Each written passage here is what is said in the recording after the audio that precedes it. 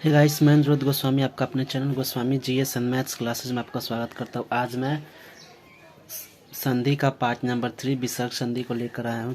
तो चलिए बिना देरी करते हुए विसर्ग संधि की शुरुआत करते हैं। तो इसमें हमारा पहला रूल है कि जब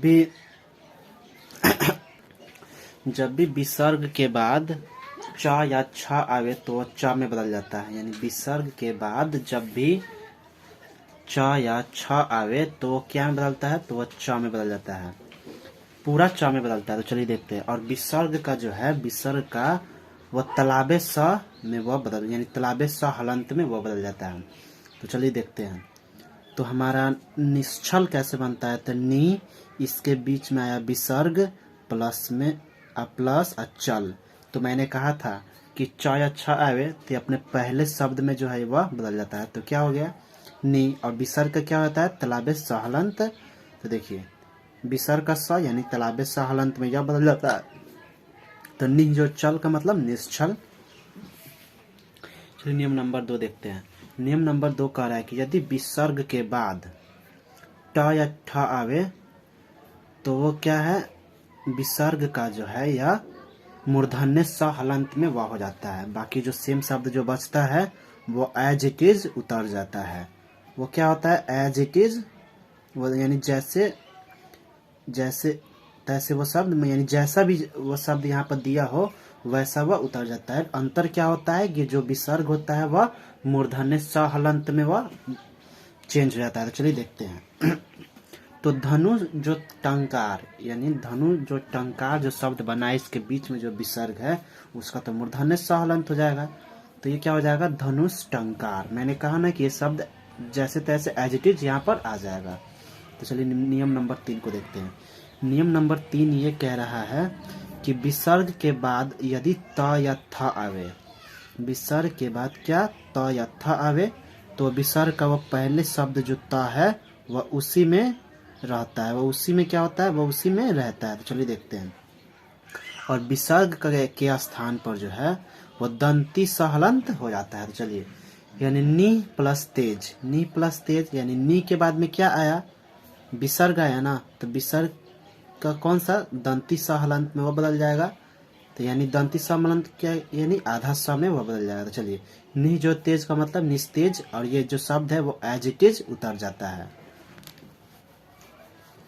देखा जाए तो आप देख पा रहे होंगे कि सिर्फ यहाँ पर काम हो रहा है विसर्ग का, बाकी जो शब्द है वो एज इट इज उतर ही जा रहा है। जैसे कि निश्चल में मैंने आपको बताया, तेचल एज इट इज उतर जा रहा है, टंकार भी एज इट इज यहाँ पर आ जा रहा है, निस्तेज में भी एज इट इज आ जा रहा है। यानी कौन जा, यहाँ पर आपको देखना यही है कि विसर्ग के बाद आपको कौन सा शब्द आ रहा है तो वह एज इट इज उतर जाएगा। और विसर्ग का परिवर्तन किस रूप में करना है वो आपको यहाँ पर मैं आपको बता रहा हूँ। तो यहाँ पर क्या, विसर्ग का दंती स हलंत में बदल जा रहा है, यानी हलंत यानी आधा में, बाकी जो शब्द है वो एज इट इज उतर जाएगा। तो चलिए नियम नंबर 4 को देखते हैं। नियम नंबर 4 कह रहा है कि यदि विसर्ग के बाद च या छ आता है तो तलाबे स हलंत में, ट या ठ आता है तो मूर्धन्य स हलंत में, और त या थ आता है तो वह दंती स हलंत में परिवर्तित हो जाता है। तो चलिए देखते हैं।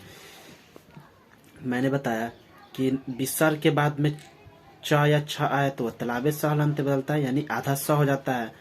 तो इस स का आधा स क्या होता है, ये होता है, यानी इस स का आधा क्या होता है, ये ना होता है। तो इसमें देखिए ये बदल गया। बाकी ये जो शब्द है मैंने बताया कि वो एज इट इज उतर जाता है। तो उसी प्रकार से ये भी है क्या, च या छ वाला नियम है। तो एज इट इज जो शब्द है वो आ ही जा रहे हैं, बस आपको चेंज करना है विसर्ग के किस रूप में बदल रहा है, बस उसको देख लेना है, आपको बता देना है। तो उसी प्रकार देखिए।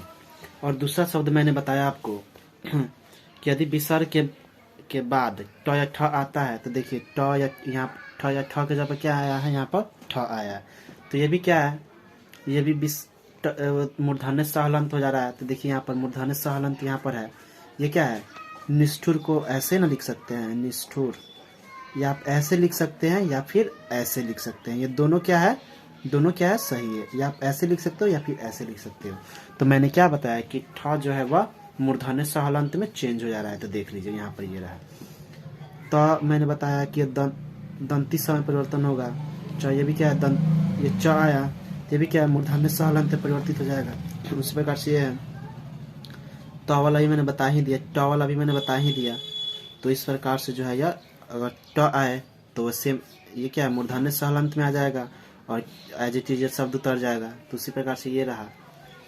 अपवाद क्या होता है, तो चलिए देखते हैं। अपवाद यह होता है कि अनुसरण, अनु में शरण, ये सभी जो शब्द बनते हैं वो एज इट इज ही उतरते हैं।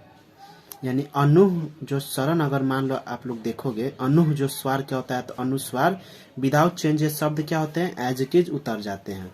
विस्म जो रन यानी विस्मरण, एज इट इज जो है क्या है, शब्द उतर जाते हैं। तो ये रहा क्या, इसका एक्सेप्शन रूल है, जो क्या एज इट इज उतर जाते हैं। कभी एग्जाम में आपको दे कि अनु जोड़ स्वर कैसे होगा, तो यह अनुस्वार ही होगा। तो ये क्या है, इसका अपवाद था। जब विसर्ग में कोई परिवर्तन ना हो, ये क्या है कि जब विसर्ग में कोई परिवर्तन ना हो, यानी दुशासन जो बनता है, तो वह दु विसर्ग शासन जो बन रहा है वो क्या वैसे ही लिख सकते हो, या आप चाहोगे तो इसको तालाबे स हलंत में भी बदल के आप इसको लिख सकते हो, या फिर ऐसे ही शब्द आप रहने दोगे तब भी यह सही है। दुस्साहस में आप ऐसे भी लिख सकते हो, या इसको दंती स हलंत में भी आप इसको बदल सकते हो। देखिए, और निसंदेह, नि विसर्ग संदेह, या फिर ऐसे निसंदेह भी आप ऐसे लिख सकते हो। तो ये रहा इसका। चलिए रूल नेक्स्ट को देखते हैं। अब है हमारे पास कि विसर्ग के बाद यदि क या ख अथवा प या फ व्यंजन आए, तो विसर्ग के बाद यानी ये जो विसर्ग है इसके बाद क या ख आए अथवा प या फ आए, तो यहाँ पर क्या है, क आया है, इसमें क्या है, प है, इसमें क्या है, क है, तो विसर्ग में कोई परिवर्तन नहीं होता है। तो विसर्ग जो है वो एज इट इज यहाँ पर उतर जाएगा, इसमें कोई परिवर्तन नहीं होता है। परिवर्तन क्या होता है, नहीं होता है। तो देखिए, रजह जोर कन रजकन, पयः जोर पान पयः पान, अंतः जोर करण अंतःकरण। यानी नियम क्या था कि यदि विसर्ग के बाद क या ख आए या प आए या क आए, तो क्या है, उसमें नो चेंज होता है, नो चेंज होता है। यानी जैसे के जैसे शब्द है वो एज इट इज यहाँ पर उतर जाएगा।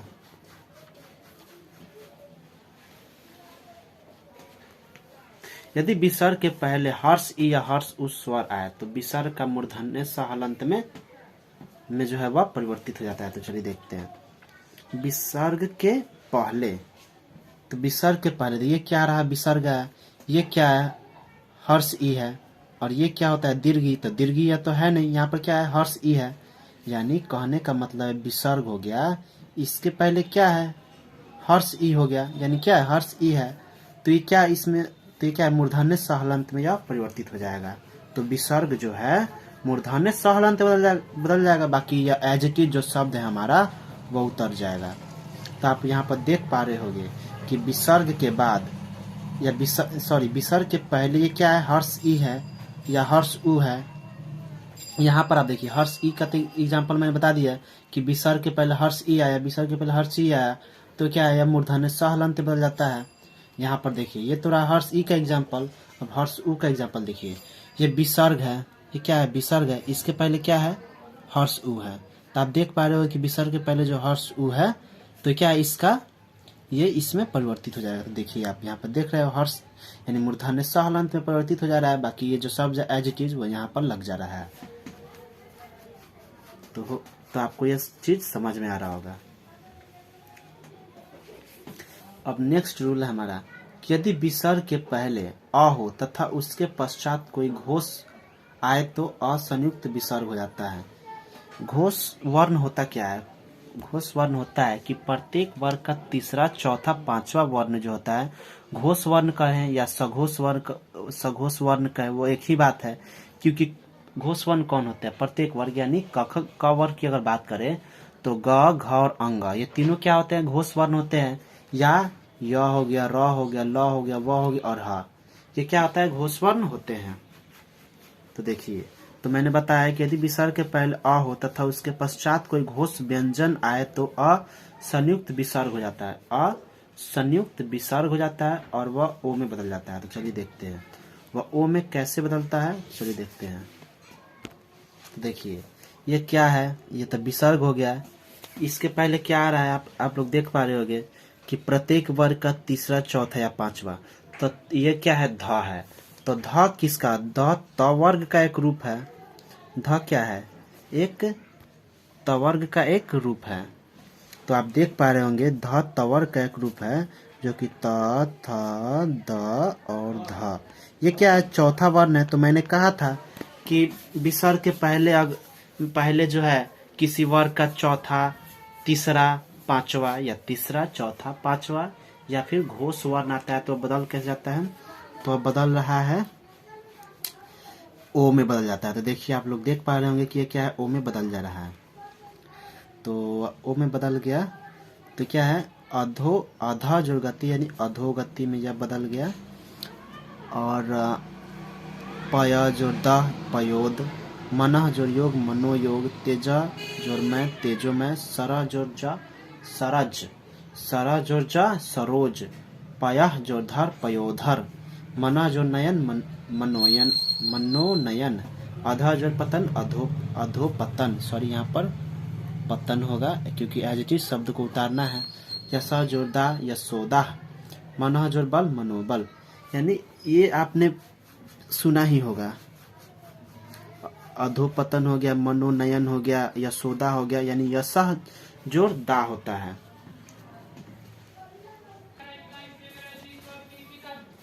यहाँ पर आप इसको स भी आप यहाँ पर लिख सकते हो, क्योंकि यशोदा आया है जो कि किसी भी वर्ग का तीसरा, चौथा, पांचवा वर्ण होता नहीं है। तो आप यहाँ पर स भी ऐड कर सकते हो, यानी यशः जोरदा, इसका मतलब क्या होता है, यशोदा। जो मैंने यहाँ पर एग्जाम्पल में लिया था। देखिए नियम नंबर नेक्स्ट, अगला को देखते हैं। यदि कह रहा है कि अ या आ के बाद कोई भी स्वर आए, कोई भी स्वर आए तो वह क्या होता है, र में बदल जाता है। तो देखिए दू जोर भाग्य, इसका क्या होता है, र कहिए या फिर यह इसके रेप में बदल जाता है, यानी दुर्भाग्य। र तो यहाँ छिपा हुआ था, तो यह र छिपा जो हुआ था वो इसमें चला जाता है, वो क्या होता है, दुर्भाग्य। बोलने में तो आ ही रहा है दुर्भाग्य। ऐसे आप इस शब्द को देखोगे तो आपको जो है समझ में आ ही जाता है कि यह जो शब्द है हमारा वो ऐसे ही बनता है। तो देखिए नि जोर जर निर्जर, दु जोर गुण दुर्गुण, नि जोर यात निर्यात, नि जोर अर्थक निरर्थक, नि जोर उपाय निरुपाय, बहिर्जोर मुख बहिर्मुख। आप इस शब्द को देखते ही आपको पता चल जाता होगा कि नि जोर यात अगर आपसे कोई पूछे तो आप तो बिना नियम जाने हुए इसको बना सकते हो कि यह शब्द जो हमारा वो निर्यात ही बनेगा। नि जोर उपाय अगर कोई आपसे पूछ दे, नि जोर उपाय, तो आप इसको बिना कोई नियम याद करे भी आप जानते हो कि यह निरुपाय में ही बदलेगा। तो इस प्रकार से यह नियम आपको भी समझ में आ गया होगा। इसमें तो आपको नियम याद करने की भी जरूरत नहीं है, क्योंकि आप इस शब्द को जानते ही हो कि ऐसे अगर शब्द हमारा आएगा, दु जोर गुण दुर्गुण, नि जोर उपाय निरुपाय, बहिर्जोर मुख बहिर्मुख, ये तो आप ऐसे ही आप इसको मिलान करके सही बना सकते हो कि यह जो हमारा शब्द जो है इस पर जो है र आता है और र जो है वो इसमें छिपा हुआ रहता है। यानी दु जोर भाग्य, तो दुर्भाग्य ऐसे ही साउंड कर रहा है दुर्भाग्य का, जिसमें र छिपा हुआ है। तो इसमें आपको नियम याद करने की भी जरूरत नहीं है। अब हमारा नेक्स्ट है कि यदि विसर्ग के आगे र व्यंजन वर्ण हो, विसर्ग के बाद र व्यंजन वर्ण हो तो विसर्ग का लोप हो जाता है। विसर्ग का क्या होता है, विसर्ग का लोप हो जाता है, यानी विसर्ग वहां से गायब हो जाता है। विसर्ग का क्या होता है, लोप हो जाता है, और उसके पहले का ह्रस्व दीर्घ, ह्रस्व जो स्वर वर्ण होता है वो क्या होता है, वह दीर्घ में बदल जाता है। ह्रस्व जो स्वर वर्ण होता है वह क्या होता है, दीर्घ स्वर वर्ण बदल जाता है। ह्रस्व स्वर वर्ण क्या होता है, जिसमें एक मात्रा का समय लगता है, यानी अ हो गया हमारा, हर्ष ई हो गया, हर्ष उ हो गया, ये सभी क्या है, ह्रस्व स्वर वर्ण। दीर्घ स्वर वर्ण एक होता है जिसमें ह्रस्व की तुलना में दुगुना समय लगता है, यानी ह्रस्व से क्या होता है, इसमें दुगुना समय लगे तो वह क्या होता है, दीर्घ स्वर वर्ण होता है। तो मैंने यहाँ पर बताया आपको कि यदि स्वर के आगे र व्यंजन वर्ण हो, देखिए जैसे यहाँ आप रिलेट कर पा रहे हो, यहाँ पर र है, यहाँ पर र है, यहाँ पर र है, तो स्वर के के आगे क्या है, ये स्वर, स्वर क्या है, र आ ही रहा है, ये क्या है, इसमें भी र है। तो उसके पहले का जो ह्रस्व होता है, यानी ये क्या है, ये क्या है, ह्रस्व है, ये क्या है, ह्रस्व है, ये क्या है, ह्रस्व है। तो मैंने बताया कि अ हो गया, हर्ष ई हो गया, हर्ष उ हो गया, ये क्या होता है, ये सभी ए हो गया, ये सभी क्या है, ह्रस्व वर्ण है, यानी स्वर वर्ण का ही एक भाग होता है। तो देखिए, तो वो सभी क्या है, पहले का जो ह्रस्व होता है वो क्या है, दीर्घ में बदल जाता है। तो देखिए, निह जो रोग आपको दिया होगा, तो न ये क्या है, ह्रस्व है, तो ये क्या है, दीर्घ में बदल गया। देखिए, यानी ऐसे जो हमारा शब्द लिखा हुआ था निह जो रोग, वो क्या बदल गया, ये ह्रस्व का क्या हो गया, दीर्घ हो गया, यानी ऐसे हो गया।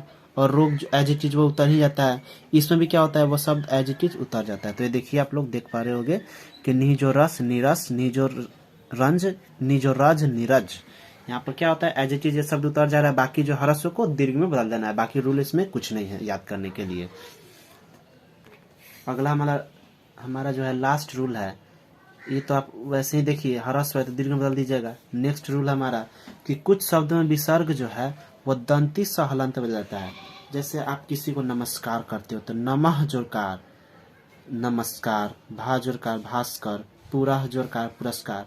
ये भी शब्द में आपको नियम याद करने की भी जरूरत नहीं है, क्योंकि ऐसे शब्द आए तो इसमें आप मिस्टेक कभी नहीं कर पाओगे। कुछ शब्द में विसर्ग का जो है वो क्या होता है, मूर्धन्य यानी दंती स हलंत में वो क्या होता है, बदल जाता है। यानी कुछ शब्द में विसर्ग जो है वह दंती स में बदल जाता है। तो आप लोग देख पा रहे होंगे, ऐसे इसमें आपको याद करने की भी जरूरत नहीं, क्योंकि ऐसे शब्द आएगा तो आप बना ही दोगे। तो hope you guys like this video. अगर वीडियो आपको अच्छा लगे तो प्लीज लाइक शेयर और हमारे channel Goswami GS and maths classes को सब्सक्राइब कर दीजिएगा। कल से मैं आपको संधि का जो प्रैक्टिस होता है वो मैं कल लेकर आऊंगा। तो चलिए, इस वीडियो को शेयर कीजिए और लाइक कर दीजिए और हमारे चैनल को सब्सक्राइब कर दीजिए।